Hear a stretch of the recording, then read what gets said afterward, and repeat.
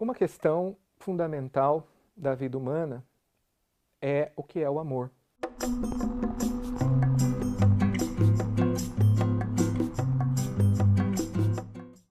Essa questão está na origem da reflexão mitológica grega e dos antigos de maneira geral, e ela está presente na reflexão filosófica já desde as origens da filosofia. O que seria o amor? Seria uma força que nos conduz ao prazer, portanto, a um impulso vital fundamental, nos faz viver bem. O amor seria uma força cósmica que une todos os contrários no mundo. O amor seria esse movente universal pelo qual todos fazem tudo o que fazem. Ou será que o amor, de fato, seria uma força trágica que, ao invés de nos conduzir à felicidade, nos conduz à escravidão, nos conduz a um destino muitas vezes trágico, quando aquilo que nós amamos, o amante e o amado, se separam. E isso poderia ser uma causa também, não de vida, mas de morte. Ora, então, afinal de contas, como é que nós vamos definir esse conceito, o amor, que também representa uma entidade no mundo grego, que é Eros. Eros, para alguns é um deus, para alguns é uma espécie de gênio, ou seja, o que os gregos chamavam de daimon, que é uma entidade intermediária entre os deuses e os homens, e o amor está ligado também à sua patrona, que é a Afrodite, que é a deusa da beleza. Então, é justamente isso que esse vai ser o tema que vai percorrer todo um diálogo de Platão, que é muito conhecido, muito citado, e é um dos diálogos mais belos que Platão escreveu. É realmente uma obra-prima literária em que Platão brinca com todos os gêneros literários, e também uma obra de reflexão acerca da beleza, acerca do poder do amor e quem é ou o que é o amor. Então, é justamente essa obra que é o Banquete de Platão, em grego simpósion. Simpósion significa beber junto, simpino.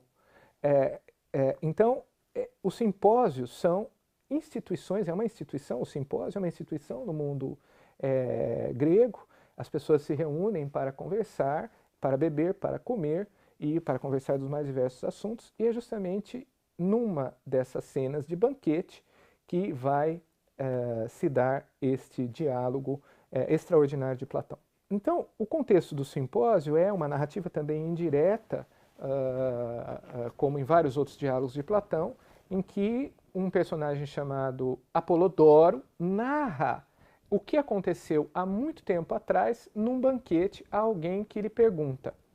E ele começa a dizer que alguns convivas se reuniram uma vez para comemorar a vitória de um deles num concurso de retórica, na casa do anfitrião chamado Agatão. E lá eles fizeram um banquete e foi proposto, já que eles já tinham bebido muito no dia anterior, que eles fizessem muito mais um banquete de palavras do que propriamente um banquete com comidas e bebidas. Então é proposto que eles façam um elogio de Eros. Cada um vai fazer um discurso tentando definir e elogiar, portanto, o elogio é um gênero retórico da antiguidade, elogiando definir o que é o amor, o que é Eros. Então estão lá vários personagens, e Sócrates também é um dos personagens desse diálogo, e quem começa a definir e fazer esse discurso é um personagem chamado Fedro. Ora, Fedro diz o seguinte: o que é o amor? O amor é um Deus, e quem ama se torna divino, como Eros. E mais, esse Deus, ele faz com que, quando nós amamos, nós nos divinizamos e também temos uma força que nos leva a nos sacrificarmos pelo objeto amado. Quem ama se sacrifica pelo objeto amado. E Fedro, então, nos dá 3 exemplos. O primeiro exemplo é o exemplo de Alceste, que foi uma mulher que se sacrificou no lugar do seu marido. Os pais do seu marido não quiseram morrer no lugar dele, mas Alceste se ofereceu para morrer. Então, justamente o amor pelo seu marido fez com que ela se oferecesse no lugar dele. e de tal modo ela foi meritória por causa dessa ação, que então, depois, diz a lenda, o herói Héracles, um dos trabalhos do herói Héracles foi justamente retirar Alceste do Hades, por causa dessa força que ela teve ao se sacrificar pelo seu amado. Outro exemplo é o exemplo de Orfeu. Orfeu então desce aos infernos, desce ao Hades, para resgatar a sua amada, e nós sabemos que isso ele se sacrifica porque ele acabou sendo destruído no Hades, porque a sua amada, o que ele havia pedido, a condição para que ele resgatasse a sua amada, era que, Eurídice, era que então ela não olhasse para trás. Quando ele a resgata, ela acaba olhando para trás, ela desaparece e Orfeu acaba ali sendo então despedaçado pelas ninfas que estavam ali e ficam apaixonadas pela sua música e pela sua beleza de semideus, e cada uma quer disputá-lo com toda a força e acabam despedaçando Orfeu. Então, é a força de Eros que faz com que Orfeu se sacrifique por Eurídice. E também um outro exemplo é o exemplo de Aquiles, porque Aquiles não hesita em enfrentar todo o exército troiano sozinho para vingar a morte do seu amado Patroclo. Patroclo justamente havia sido morto por Heitor, então Aquiles vai lá e mata, segundo esta narrativa conhecida da Ilíada, mata Heitor para vingar, movido pela sua ira de vingança pelo seu amado que havia sido morto por Heitor. Então ele também se sacrifica porque ele acaba sendo morto também. Então, Fedro conclui, Eros é uma força tal que faz com que nós nos sacrifiquemos e nos divinizemos. Bem, Fedro termina o seu discurso e agora Pausânias vai fazer o seu. Ele vai dizer que, na verdade, existem dois Eros, um bom e um que não é tão bom assim, um que se apaixona pelo corpo e o outro que faz com que nós nos apaixonemos pela alma de alguém. Assim como havia na antiguidade duas representações da deusa Afrodite, a Afrodite celeste e a Afrodite terrestre. A celeste era bela, a terrestre tinha uma forma mais grosseira. Então, este amor belo seria o amor pela alma e, portanto, ele não terminaria quando o corpo fenece, e um outro amor que não seria belo, que seria feio, porque ele termina quando o corpo se dissolve, ou quando o corpo começa a envelhecer, por exemplo, e daí o amado é deixado em desespero. Então, muito da visão que se tem muitas vezes sobre o amor platônico é que está ligada a esse discurso de Pausânias, justamente porque o amor platônico seria um amor pela alma. Mas, na verdade, esse é só um momento do diálogo. Nós vamos ver que o amor platônico é muito mais do que isso, ou seja, todo esse complexo de discursos que Platão está apresentando no banquete. Então agora, logo depois, fala um médico, que é Erixímaco. Erixímaco vai se remeter a uma outra concepção de Eros. Eros, na verdade, não é apenas o sentimento de uma pessoa pela outra, mas, na verdade, Eros é uma força cósmica, é uma força que move todos os seres, que move a natureza. Ele é um movente universal. Todos os seres são movidos por Eros, porque todos os seres então aí se reproduzem, e Eros é também a força de harmonização dos contrários na natureza. Então tudo tem Eros, tudo é atravessado pelo amor, tudo é atravessado por uma força dinâmica, erótica, existente na natureza. Assim como também a medicina é algo erótico, porque ela é a força de harmonização dos humores do corpo e também de produção de harmonia no corpo. Também a política, num certo sentido, é erótica, porque ela tem que harmonizar as forças contrárias na cidade, e então essa força de harmonização cósmica dos contrários é que é Eros. E Eros é esse movente, então, universal e essa dinâmica universal de todas as coisas. Portanto, nós passamos agora aí, primeiro, o discurso de Fedro. Eros é uma força de divinização que nos faz com que nós nos sacrifiquemos pelo outro.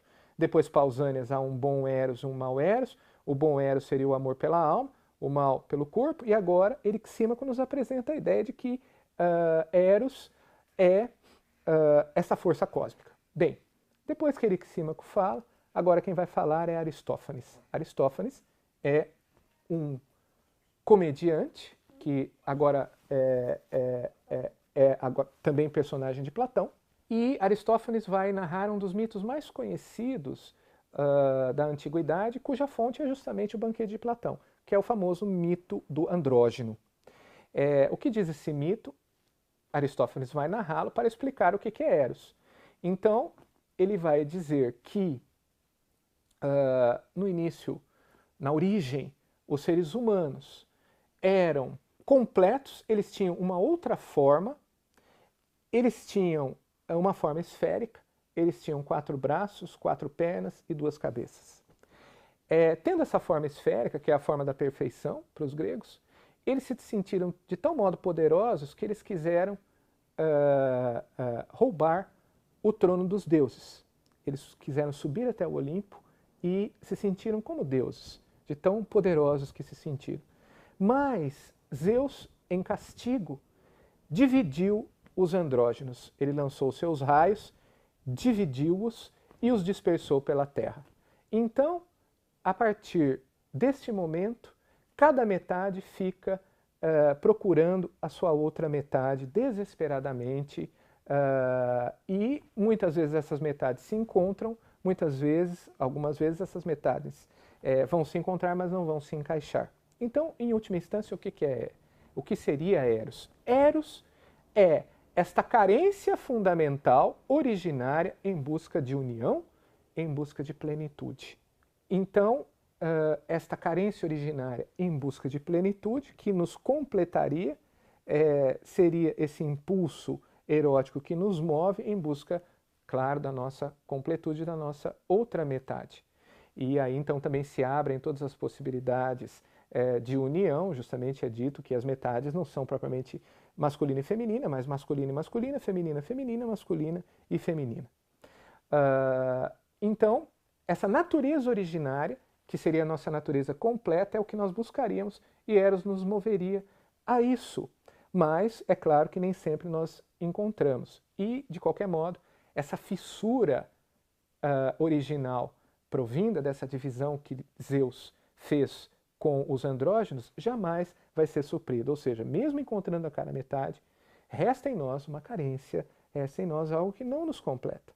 Então nós somos seres divididos. Mas Eros nos move em busca da união. Bem, agora então vai falar o anfitrião, Agatão. Agatão vai descrever as qualidades de Eros e vai dizer que Eros então tem aquela astúcia de um grande caçador, de um grande técnico, de um grande também viajante, que é capaz de penetrar de maneira imperceptível nas almas. E quando nós vemos, nós já estamos apaixonados. E Eros não pede satisfação a ninguém. Aliás, uma das duas entidades que não pedem satisfação a ninguém no mundo grego. Uma delas é Eros e a outra é justamente o destino. Eros afeta tanto os seres humanos quanto os deuses. Então, assim como em relação à força do destino, o destino não pede satisfação a ninguém. Eros tampouco. E os deuses também são afetados por essa força maior que é Eros. Então Eros, ele é um grande arqueiro, né? Então daí também vem aquela simbologia da representação de Eros, muitas vezes com o seu arco e muitas vezes vendado. Nós podemos nos remeter, por exemplo, àquela famosa pintura de Tiziano, quando então Afrodite está vendando, aqui é representado Afrodite vendando Eros, que vai lançar suas flechas nos deuses e nos seres humanos. Bem, agora então, depois dessa fala de Agatão, Sócrates, que estava mergulhado numa profunda reflexão, retorna a si e ele vai dizer que ele não vai fazer um discurso retórico, mas ele vai narrar um diálogo que ele teve com uma mulher que lhe ensinou as coisas do amor na sua juventude. Essa mulher se chama Diotima. Diotima de Mantineia era uma sacerdotisa, uma mulher sábia e experiente nas coisas do amor. Então, Diotima vai dizer o seguinte: primeiro, Eros não é um deus, mas é um daimon. Isto é, ele é uma entidade mediadora. O daimon é precisamente esta entidade intermediária na religião grega, na mitologia grega, entre os deuses e os seres humanos. Nós podemos, muitas vezes o daimon foi traduzido por gênio, né? Mas ele é uma divindade. Então, Eros, sendo isso, ele é filho de Poros e de Penia, que são duas entidades mitológicas que representam Poros, a astúcia, e Penia, a carência. Então, Eros é astuto como seu pai, mas carente, pobre, miserável e quer sempre buscar algo para preencher essa sua pobreza, como a sua mãe. Então, Eros ele vai justamente ser essa força astuta e de carência em busca de plenitude. Eros coloca nos seres humanos um desejo. Esse desejo é o desejo de imortalidade. O desejo de imortalidade tem dois vetores. A imortalidade do ponto de vista físico, que é quando um casal, por exemplo, tem os seus filhos e geram uma imagem da imortalidade, que são os filhos, mas que também são mortais. Mas Eros também tem um outro vetor de imortalidade, um outro impulso de imortalidade. Ele coloca em nós esse outro tipo de desejo, que é justamente o desejo pelo conhecimento. Esse desejo pelo conhecimento faz com que nós busquemos o saber e ascendamos ao plano das ideias e ao plano do conhecimento. Busquemos o conhecimento. Então, para Platão, a filosofia é marcada por um impulso erótico, isto é, o desejo de conhecimento que todos nós, seres humanos, temos. Então, quando nós conhecemos as virtudes, nós, assim como a mulher que engravida e dá à luz os seus filhos, nós também, na nossa alma, engravidamos e damos à luz as ideias. Justamente, um dos termos da dialética é justamente o que a dialética, a que a dialética nos conduz é ao parto das ideias. Mas quando também nós damos à luz as virtudes, nós nos tornamos virtuosos e nos imortalizamos como as virtudes imortais. Então, Eros é o quê? É amor da sabedoria e é isso que é a filosofia. Mas Eros também é o impulso que nos move ao conhecimento das ideias e que nos move ao conhecimento da beleza. Eros é amor pela beleza. Então, a filosofia é amor da sabedoria, mas ela também filocalia, isto é, amor pela beleza. E ela depende desse impulso erótico. Esse impulso erótico faz com que, então, esta busca da beleza comece em nós pelo corpo, nós admiramos os corpos belos, mas esse impulso faz com que nós não paremos nos corpos. Nós vamos aí, então, admirar aquela beleza que existe na alma. Da beleza que existe na alma, nós vamos admirar as qualidades de uma determinada alma, por exemplo, as suas virtudes. Da beleza das virtudes, nós vamos para a beleza das leis e de outras ideias e vamos chegar, então, ao próprio belo. Então, esse é o termo da busca que faz com que nós nos mobilizemos nesse percurso, essa dinâmica, que é uma força também dialética para Platão, que vai nos conduzir da beleza dos corpos até o belo em si. Este amor pela beleza é justamente o que é também a filosofia. A filosofia é busca de beleza, é busca do bem. O bem e o belo são dois termos correlatos para Platão. Isto, então, em última instância, que é Eros. E é esse processo de conhecimento da beleza e de conhecimento da beleza agora num sentido inteligível, mas lembrando, isto começa pelo corpo, portanto, essa ideia de que o platonismo tem um desprezo pelo corpo é completamente falsa.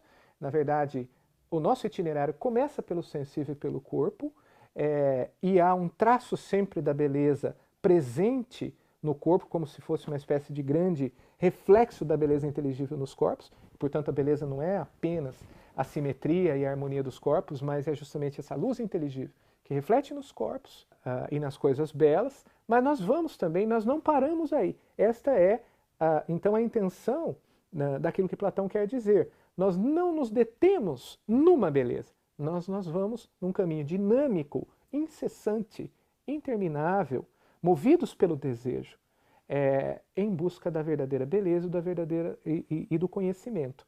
O desejo de conhecimento é algo que está em nós.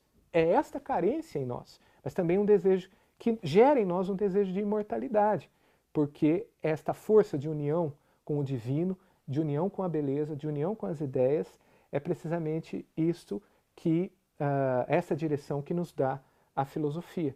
Portanto, Eros é amor pelo conhecimento e pela beleza. Mas aí o diálogo justamente poderia terminar, mas ele não termina. Vem uma última cena em que aparece uma figura um pouco distoante de tudo que está sendo feito, que é a figura de Alcebiades. Alcebiades, então, chega bêbado e faz um elogio de Sócrates, diz que Sócrates é, então, justamente belo, feio por fora, mas belo por dentro, que ele, então, faz uma declaração de amor por Sócrates. Sócrates admoesta Alcebiades a uma moderação das paixões, e o diálogo, então, se conclui com todos caindo no sono, dormindo, como pessoas que beberam e comeram durante 2 horas. Apenas Sócrates não dorme. Então aí já seria um signo também do transe do filósofo Sócrates em relação à sua morte, quer dizer, o filósofo estaria num plano diferente dos outros, das outras pessoas, mas também pode ter um outro significado, justamente se remetendo a essa ideia de uma outra espécie de plano em que a busca do conhecimento nos coloca. Então, justamente esse cultivo pelo desejo, nas suas mais diversas dimensões, isso está ligado profundamente ao prazer. Mas também o prazer maior, máximo, que nos é dado é o prazer do conhecimento para Platão, como Platão vai dizer em outros diálogos. E justamente isso é que em todas essas suas faces, em todos esses seus discursos, o amor. Se você se interessa por essas e outras questões filosóficas, se inscreva no canal da Casa do Saber.